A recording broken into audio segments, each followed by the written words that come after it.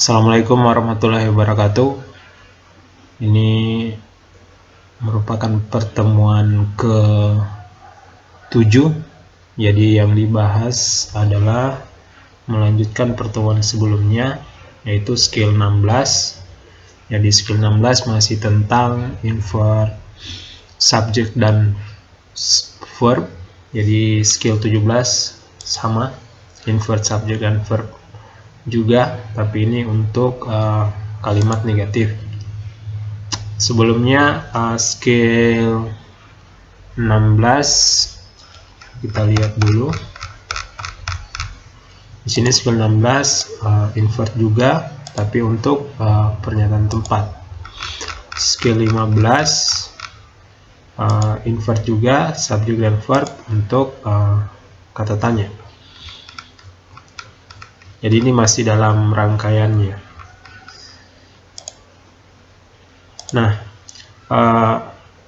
di sini dijelaskan subjek dan verb bisa juga ditukar setelah pernyataan negatif. Jadi ketika pernyataan negatif ini seperti yang menggunakan no, not, atau never, terus dia ada di awal kalimat, maka subjek dan verbnya itu ditukar. Ya. Nah, contohnya di sini, not once did I miss a question. Terus ada lagi, never has Mr. George taken a vacation. At no time can the woman talk on the telephone. Nah, di sini dijelaskan di contoh pertama, pernyataan negatif not once, tidak sekali, mengakibatkan subjek I nih, dia itu disimpan setelah helping verb atau verbnya ini did. Padahal kan harusnya kalau dia bukan pernyataan negatif, harusnya begini, I did miss a question. Nah, saya melewatkan sebuah pertanyaan. Tapi karena dia ini ada negative expression, sehingga helping verbnya dia bertukar dengan subjeknya. Jadi selalu begitu. Kalau ada helping verb, maka helping verbnya yang ditukar. Di contoh kedua sama. Di contoh kedua, di sini ada kata negatif never. Akhirnya helping verb has dia pindah di depan dari subjek Mr. Jones. Jadi ini helping verb, ini verb utamanya. Nah, ini helping verb has, ini verb utama taken. Nah, sama di contoh ketiga, at no time. At no time juga itu adalah negative expression. Akhirnya can, helping verb can itu dia muncul di depan, subjeknya the woman. Nah, ini verb utamanya talk. Nah, terus ada juga kata-kata dalam bahasa Inggris. Nah, ini yang di penjelasan di paragraf selanjutnya, ini paragraf kedua. Seperti hardly, barely, scarcely, and only. Nah, dia itu berperilaku seperti negatif.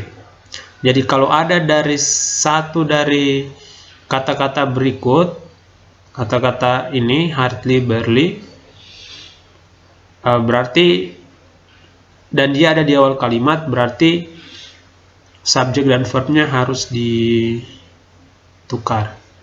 Nah, misalnya di sini ada hardly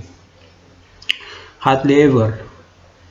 Nah, hardly ever akhirnya does pindah di depan. Hardly ever does. Di sini subjeknya he. He take time off. Terus di sini only once. Only once itu di sini termasuk kata yang menunjukkan negatif. Only once did. Nah, did ini helping verbnya. Terus subjeknya the manager. Issue overtime pay. Nah.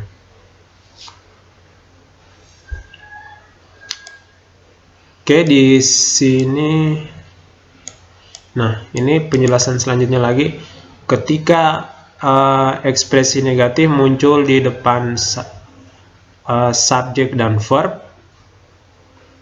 di tengah kalimat. Nah, jadi subjek dan verbnya ditukar juga.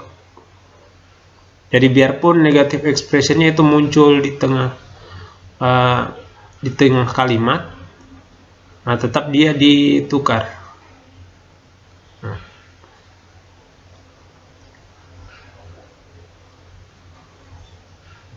Asalkan negative expressionnya itu munculnya di depan subjek dan verb. Ingat ya, saya ulangi, asalkan negative expressionnya itu muncul di depan subjek dan verb, walaupun dia ada di tengah kalimat. Kan ini satu contohnya ini, I don't want to go and neither does Tom. Saya tidak ingin pergi, nah, begitu juga Tom. Di sini kan satu kalimat, I don't want to go and neither, ini satu kalimat ini. Ini satu kalimat. Nah, ini dia ada di tengah-tengah, tapi neither ini di depan subjek dan verb. Jadi ini ada dua klausa, ya. Satu kalimat dua klausa. Sehingga ditukarlah dia, neither does Tom. Terus di sini ada the secretary is not attending the meeting, nor is her boss. Di sini nor, nih. Jadi ini berlaku untuk neither dan nor. Nor akhirnya di sini is muncul di depan. Her boss ini subjeknya.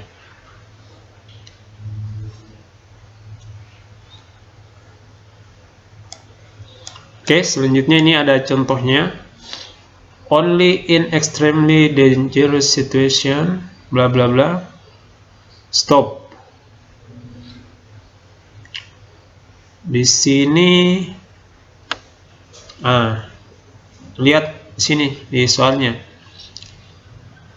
Di sini ada only. Only ini sesuai dengan penjelasan sebelumnya. Di sini ada hardly, barely, scarcely, and only. Nah, karena dia ini only ini berperilaku bisa berarti negatif dan dia ada di depan kalimat. Nah, berarti jaga-jaga bahwa ini subjek dan verbnya harus ditukar. Jadi saya cari mana yang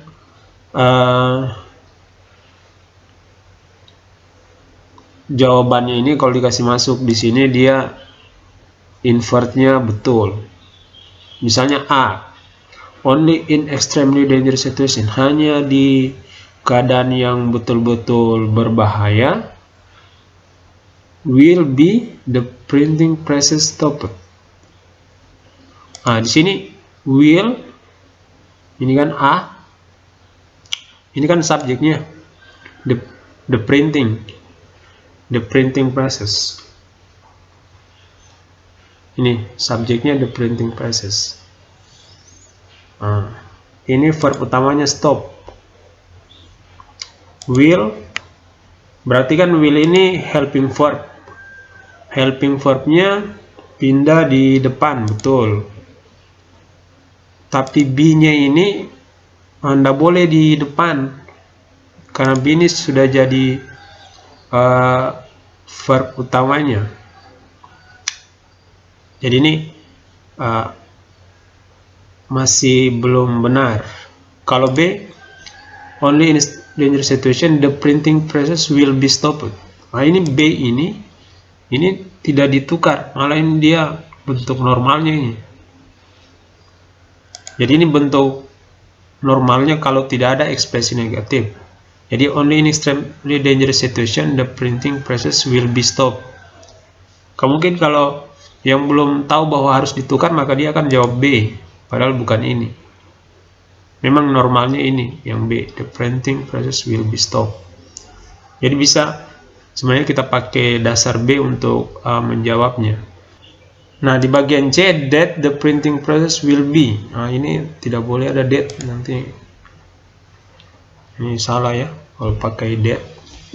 Jadi nanti jadinya mulai menunjukkan adjective clause. Nah, untuk yang D, will the printing process be stopped? Ini kalau guys masuk. Nah, ini berarti jawaban yang benar, karena ini dia ditukar antara subjek dan verbnya dengan betul. Jadi bisa sebenarnya dilihat dari yang B, tak? Jadi the printing process will be stopped. Nah, ini kan the printing process. Ini helping verbnya will, kasih pindah di belakang. Sehingga kalau dia pindah di belakang, berarti will the printing process be. Nah, jadi jawabannya adalah D.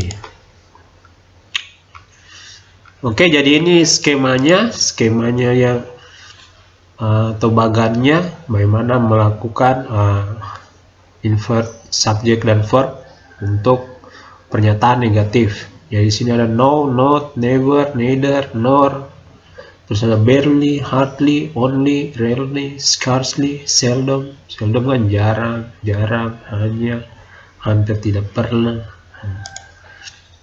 Nah, kalau ada negative expression terus dia ada di depan subject dan verb, walaupun dia ada di tengah kalimat, asalkan dia di depannya subjek dan verb, maka ditukar. Ini verbnya dulu, baru subjeknya. Rarely, were they so happy? Padahal harusnya ini they were so happy. Oke, ini contohnya. Steve didn't win the prize, nor did he expect to do so. Jadi Steve tidak memenangkan hadiahnya. Nor did, nah ini kan nor ini negative expression. Did he expect to do so? Nah, jadi ini helping verbnya pindah di depan, ini subjeknya. Berarti ini betul ya, nomor 3 correct. Oke, jadi begitu penjelasan untuk invert subject dan verb with negatif. Silakan dikerjakan 4, 5, 6 ya, sesuai penjelasan tugas yang diberikan. Ya, wassalamualaikum warahmatullahi wabarakatuh.